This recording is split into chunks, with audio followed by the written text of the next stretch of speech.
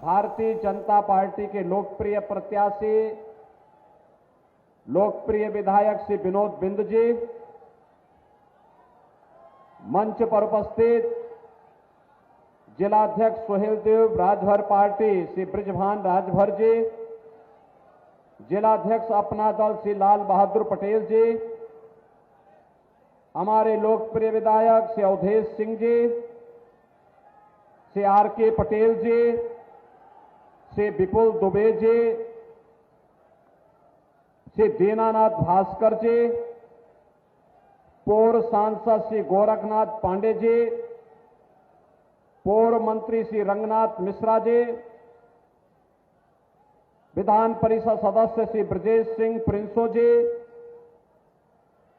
पूर्व विधायक श्रीमती सुषमा पटेल जी, श्री रविंद्रनाथ त्रिपाठी जी, अनिरुद्ध त्रिपाठी जी, भारतीय जनता पार्टी के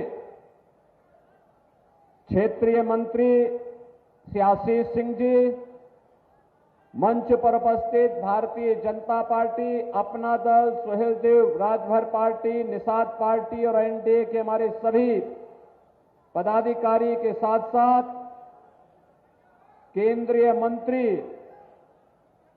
और हमारे महाराष्ट्र में संगठन के जो सहयोगी दल हैं उसके अध्यक्ष और केंद्र सरकार में मंत्री हैं श्री रामदास अठावले जी, वे आज यहां पर आए हैं। आपने उनका भाषण सुना होगा, मैं उनका हृदय से स्वागत करता हूं।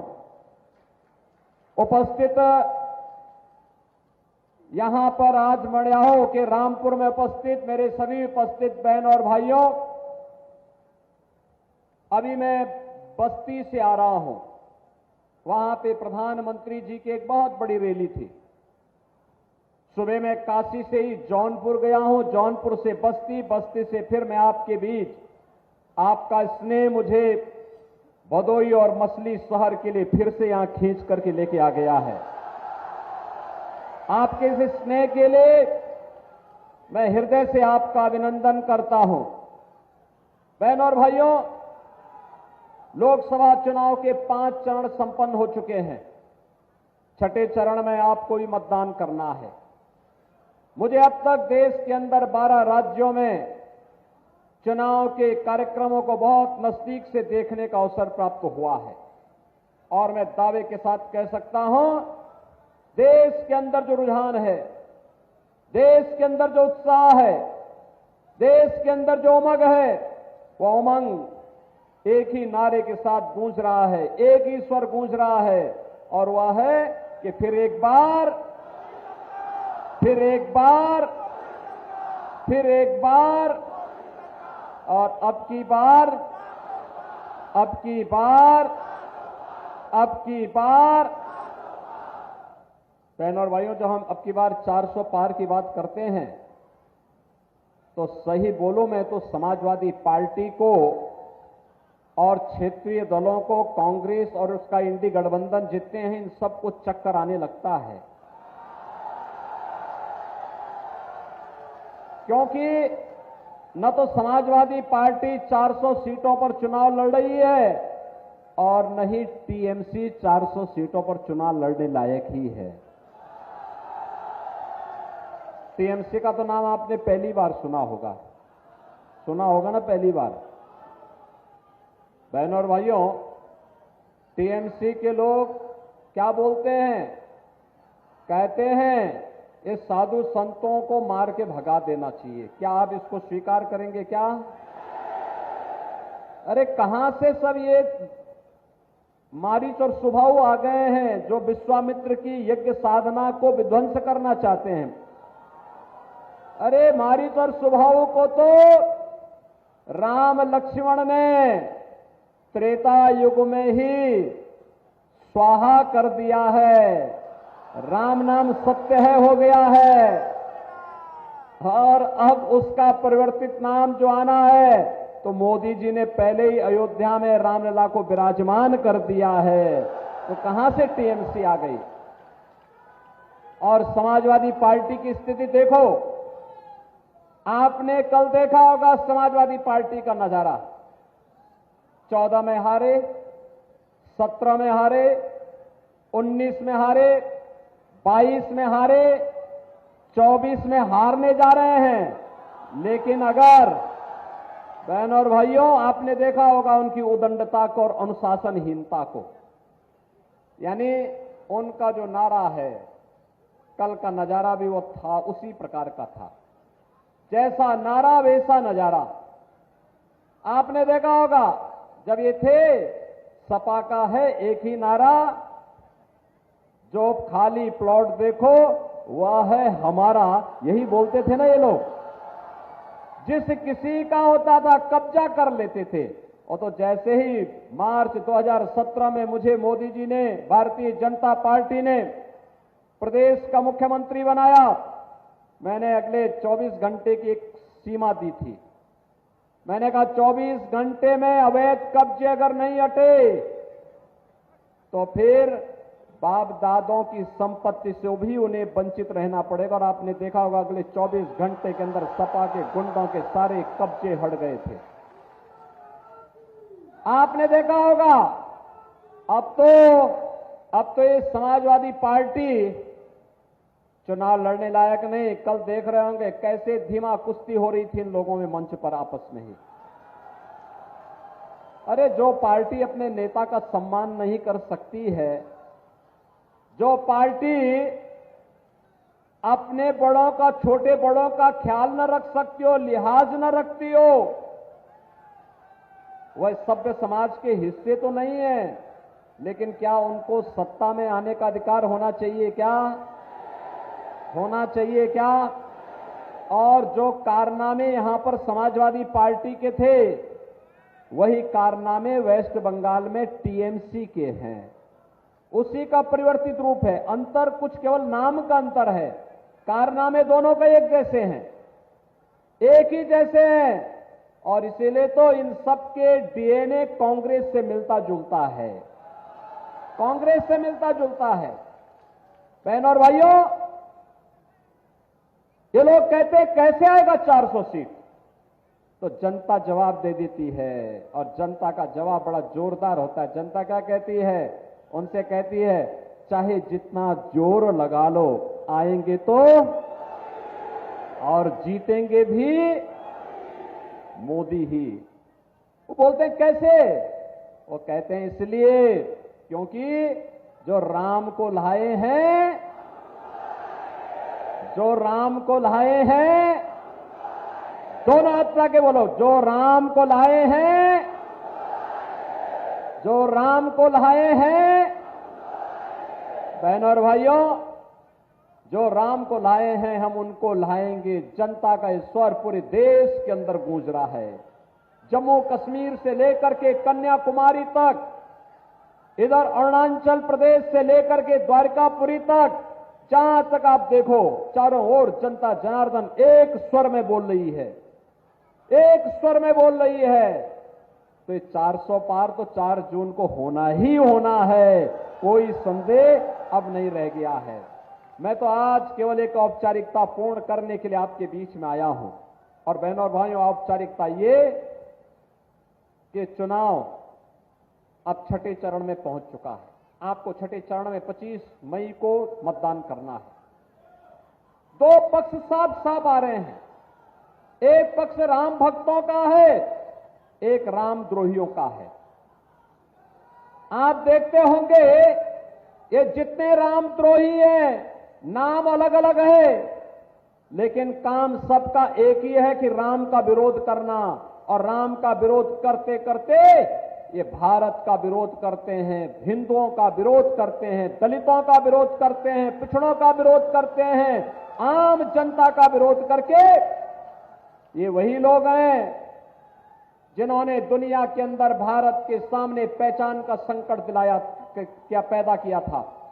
ये वही लोग हैं जो देश की सुरक्षा में सेंध लगाते हैं। ये वही लोग हैं जिन लोगों ने बेटी और व्यापारी की सुरक्षा में सेंध लगाई थी। ये वही लोग हैं जो राम भक्तों पर गोली चलाते हैं और माफिया के मरने पर मातम मनाते हैं। आपने देखा होगा ना, आपने देखा होगा एक माफिया अभी राम नाम सत्य है हुआ है, और प्रदेश को तो ये था कि भाई चलो एक बला समाप्त हुई, लेकिन सपा के लोग आंसू बहा रहे थे। मैंने एक सपा के नेता से पूछा, मैंने कभी तुम्हें प्रदेश की जनता के लिए, गरीबों के लिए, किसानों के लिए, दलितों के लिए, वंचितों के लिए, पिछड़ों के लिए आप लोगों को आंसू बहाते हुए नहीं देखा है। आखिर ये सब क्या कारनामा है? कहा साहब यही तो हमारे कारण थे जिनके कारण हम वसूली करते थे। तो अब वसूली के सारे अड्डे आप एक एक करके ध्वस्त हमारे कर देंगे तो हम लोग तो पाकिस्तान की तरह भीख मांगते हुए दिखाई देंगे।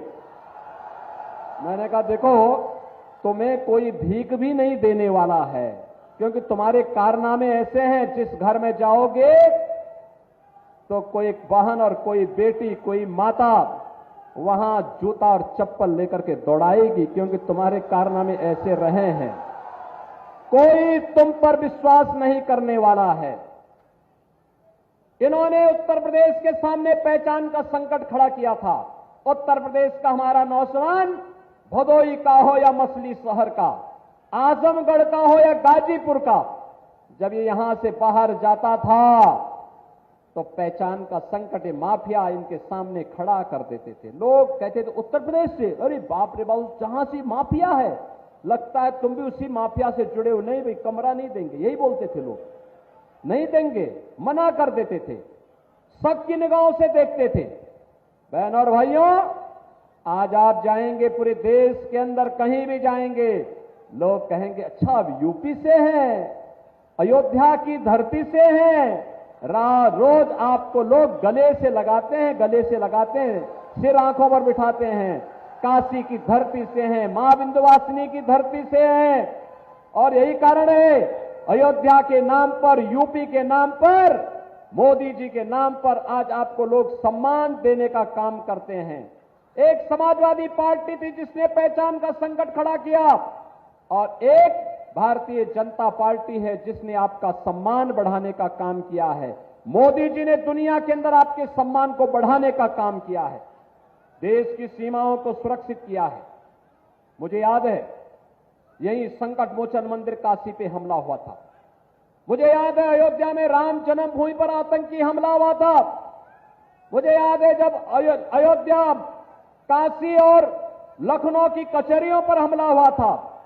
बहन और भाइयों, देश के अंदर अनेक विस्फोट हुए, और जब भी हम लोग बोलते थे, कांग्रेस की सरकार से, समाजवादी पार्टी की सरकार से कहते थे भाई आतंकवादियों के खिलाफ कार्रवाई करो, तो ये कहते थे आतंकवादी तो सीमा पार के हैं। सीमा पार? हम भौचक रहते थे, हम कहते थे भाई ये इतना साधन संपन्नता किस बात के लिए है अगर हम अपने नागरिकों को सुरक्षा नहीं दे सकते।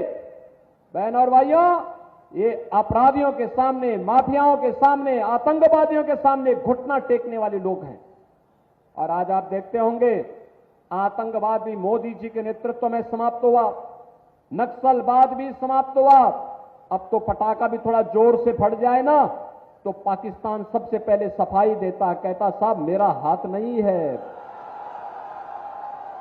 वो कहता मेरा हाथ नहीं है, क्योंकि उसे मालूम है ये नया भारत है, छेड़ेगा नहीं, लेकिन कोई छेड़ेगा तो छोड़ेगा भी, पाताल लोक से भी निकाल करके और फिर जहन्नुम की तरफ भेजने का काम करेगा।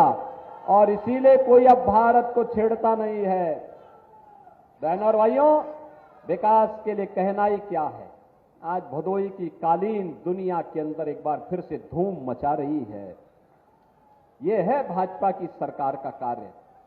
आज हाईवे से आपका जुड़ाव हो गया है, रेलवे की बेहतरीन कनेक्टिविटी हुई है, इधर काशी विश्वनाथ धाम और इधर मां विंध्यवासिनी का धाम, दोनों हमारी शोभा बढ़ा रहे हैं और दोनों पर हर सनातनी को गौरव की अनुभूति होती है। उधर अयोध्या धाम, अब ये तीनों का हो गया है, तो यदुवंशी थोड़ा ठीक ढंग से जागरूक हो जाएं तो हम यदुवंश कुलभूषण भगवान श्री कृष्ण की जन्मभूमि की तरफ भी बढ़े। मैं बोलना चाहता हूं समाजवादी पार्टी के अध्यक्ष से, मथुरा के मुद्दे पर वे हमेशा उनका मुंह क्यों बंद हो जाता है? क्यों बंद हो जाता है? अपने को यदुवंशी कहेंगे, लेकिन जब भगवान श्री कृष्ण की जन्मभूमि की बात आएगी तो इनको वोट बैंक की चिंता होने लगती है। वोट बैंक की चिंता। तो भाइयों बहनों, देश की कीमत पर, आपकी आस्था की कीमत पर वोट बैंक की राजनीति करने वालों की जमानत जब्त कराने का यह सबसे अच्छा अवसर है। और इसीलिए मैं आया हूं। आज तो मेडिकल कॉलेज बन रहे हैं, आज तो विश्वविद्यालय बन रहे हैं। हमने मिर्जापुर में भी आपको एक विश्वविद्यालय दिया है मां विंध्यवासिनी के नाम पर। इधर मिर्जापुर कमिश्नरी के लिए मेडिकल कॉलेज भी दिया है। देश के अंदर बड़े बड़े संस्थान खड़े हो रहे हैं, आईआईटी बन रहे हैं, आईआईएम बन रहे हैं, triple IT, NIT, world class university का निर्माण हो रहा है। हर घर नल की योजना लागू हो रही है और नल से शुद्ध जल उपलब्ध करवाने का काम भी हो रहा है। याद करिए, इस सपा के समय में राशन माफिया आदि थे। आज 80 करोड़ लोगों को देश के अंदर राशन की सुविधा फ्री में मिल रही है। 50 करोड़ लोगों को 60 करोड़ लोगों को 5 लाख रुपए की आयुष्मान भारत की सुविधा मिल रही है। कहीं भी जाके उपचार करा सकते हैं, फ्री में उपचार करा सकते हैं। 50 करोड़ लोगों के घर में जनधन अकाउंट खुल गए हैं। किसानों को किसान सम्मान निधि, और बहनों और भाइयों, हर घर में शौचालय का निर्माण, उज्ज्वला योजना का कनेक्शन। और यूपी में तो हमने एक व्यवस्था की है बहनों और भाइयों, 10 करोड़ लोगों को मोदी जी ने फ्री में उज्ज्वला योजना का रसोई गैस का कनेक्शन दिया है। और हमने व्यवस्था की है, होली और दीपावली में उत्तर प्रदेश सरकार की तरफ से हम फ्री में एक भरा हुआ सिलेंडर इन घरों को उपलब्ध करवाएंगे। मोदी जी ने कहा है 70 वर्ष से ऊपर के हर एक बुजुर्ग को हर वर्ष 5 लाख रुपए की स्वास्थ्य बीमा का कवर देंगे। 5 लाख रुपए की फ्री में स्वास्थ्य की सुविधा उपलब्ध करवाएंगे। 4 करोड़ गरीबों के मकान बन गए हैं। बाकी जितने बचे हैं 4 जून को फिर एक बार मोदी सरकार आने के बाद यह भी काम सभी लोगों का एक एक मकान बनेगा। बहनों और भाइयों, यहां सम्मान भी है, सुरक्षा भी है, विकास भी है और गरीब कल्याण भी है। विरासत और विकास का यह अद्भुत संगम मोदी जी के नेतृत्व में आत्मनिर्भर और विकसित भारत की परिकल्पना को साकार कर रहा है। और इसीलिए आज हम सब आपके बीच आए हैं। आपने देखा होगा, ये समाजवादी पार्टी के लोग, कांग्रेस के लोग अब ये क्या करने जा रहे हैं? आप ही के वोट से कह रहे हैं आप वोट दीजिए। ये क्या कह रहे हैं? आप वोट दीजिए और ये वोट देने की कीमत आपसे क्या इसका बदले में देंगे? कहते हैं सरकार बनते ही हम विरासत टैक्स लगा देंगे। विरासत टैक्स का मतलब आप जान गए? विरासत टैक्स का मतलब है इनका कि आपके बाप दादों ने, आपके पूर्वजों ने जो संपत्ति बनाई होगी अपने खून पसीने से, उस संपत्ति में से आधा हिस्सा ये इंडी गठबंधन, कांग्रेस और समाजवादी पार्टी के लोग ले लेंगे और फिर उस संपत्ति को बांग्लादेशी, पाकिस्तानी, अफगानिस्तानी जो घुसपैठिए आए हैं उनमें बांटने का काम करेंगे। क्या आप आपको स्वीकार है क्या? ये क्या आपको स्वीकार है क्या? अरे भाइयों बहनों, ये इनके अंदर औरंगजेब की आत्मा घुस गई है, औरंगजेब की आत्मा। हमें अब स्वतंत्र भारत में औरंगजेब को जीवित नहीं होने देना है। ये जितने मंदिर हमारे तोड़े गए, चाहे वह काशी में काशी विश्वनाथ का मंदिर हो, चाहे वह मथुरा में भगवान श्री कृष्ण का मंदिर हो, ये सभी इस दुर्दांत औरंगजेब ने तोड़े थे। और केवल मंदिर ही नहीं तोड़े, उसने सत्ता पे कब्जा करने के लिए पहले अपने भाई की हत्या की, फिर आगरा का ताजमहल बनाने वाले शाहजहां ही उसके पिता थे, अपने पिता को उसने कैद किया और शाहजहां ने कहा था आपको किसी को पढ़ना है तो खुदा बख्त लाइब्रेरी पटना में जाकर के पढ़िए। वह लाइब्रेरी क्या कहती है, वहां पे वो कहता है, शाहजहां कहता है, औरंगजेब को कोसते हुए कहता है कि कमबख्त तुझ जैसा पुत्र किसी को पैदा न हो, तो जीते जी मुझे प्यासा मारा है, तुझसे अच्छा तो वह हिंदू है जो कम से कम जीते जी अपने बड़ों को सम्मान करके उनकी देखभाल करता है और मरने के बाद भी अपने पितरों को तर्पण और श्राद्ध का कर्म संपन्न करके जल का तर्पण देता है। बहनों और भाइयों, ये औरंगजेब की आत्मा इनके मैनिफेस्टो में घुस चुकी है, कांग्रेस और समाजवादी पार्टी के, टीएमसी के। इसीलिए टीएमसी साधु संतों को धमकी देती है, टीएमसी समाजवादी पार्टी और कांग्रेस के साथ गठबंधन करती है और इधर टीएमसी आज धमकी है जैसे कोई मारीच और सुबाहु आ गया हो, और इधर समाजवादी पार्टी आ रही, समाजवादी पार्टी लड़ने का काम कर रही है।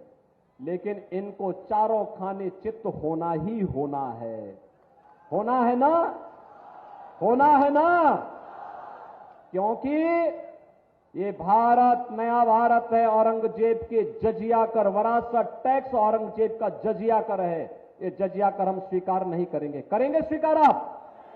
करेंगे? बहनों और भाइयों, इसीलिए मैं आ रहा हूं, इसके लिए झूठ बोलेंगे जिससे इनको लूटने का माध्यम मिल सके।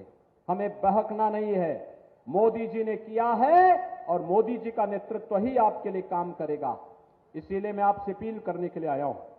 भारतीय जनता पार्टी और एनडीए ने श्री बीपी सरोज को मछली शहर से अपना प्रत्याशी बनाकर के आपके बीच भेजा है और भदोई से भारतीय जनता पार्टी एनडीए ने डॉक्टर विनोद बिंदु को अपना प्रत्याशी बनाकर के भेजा है।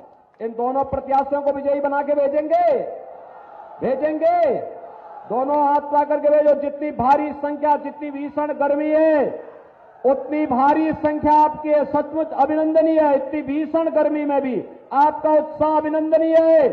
दोनों हाथ ला करके मुझे आश्वस्त करिए, दोनों को जिता के भेजेंगे, मछली शहर से भी और भदोई से भी भेजेंगे।